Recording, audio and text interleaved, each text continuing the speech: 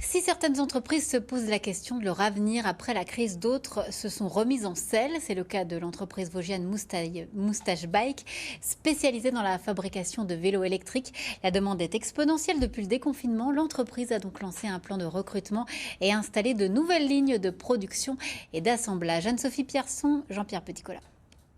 Emmanuel Antonio est un chef d'entreprise qui vit à 100 à l'heure. Dans les entrepôts de Moustache Bikes, le stock de 2 roues n'a jamais été aussi bas, malgré des ateliers d'assemblage qui tournent à plein régime. Le stock était au point haut juste avant le confinement, ce qui nous a d'ailleurs beaucoup inquiétés.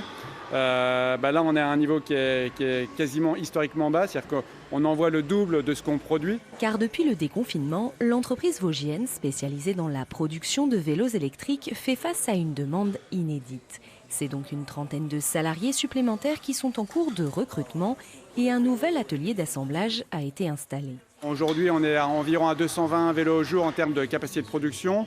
On va assez rapidement monter à 260, 280 et on espère d'ici quelques mois d'être capable d'être à 300 vélos au jour en termes de productivité.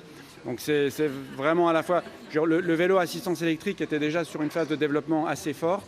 Et le déconfinement a amené en tout cas une accélération. Pour accélérer sa production, l'entreprise vient également de se doter d'un atelier de fabrication de roues très performant, une activité jusque-là sous-traitée. On a investi donc dans une unité de montage qui va nous permettre de monter un peu plus de 25 000 roues pour cette année, sachant que on sera en dessous du capacité minimum et on va probablement donc investir dans une deuxième ligne de roues l'année suivante pour pouvoir monter à terme l'ensemble des roues. Un véritable succès pour cette start-up qui ne comptait qu'un seul salarié en 2012. Désormais, ils sont 120 à y travailler.